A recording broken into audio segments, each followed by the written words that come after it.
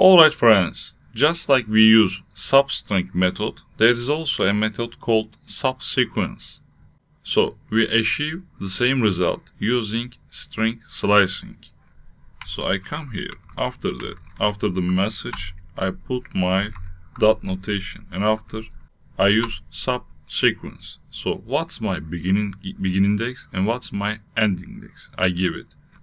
I say my end index is 3, and then I update my message string like that. So if I run it, you see SAS. You see S is my first element, and then S is at index 0.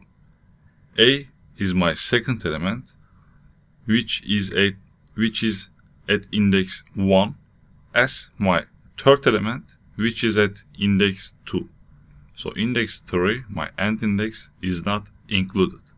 So that's how we use substring. That's how we use subSequence method. Alright.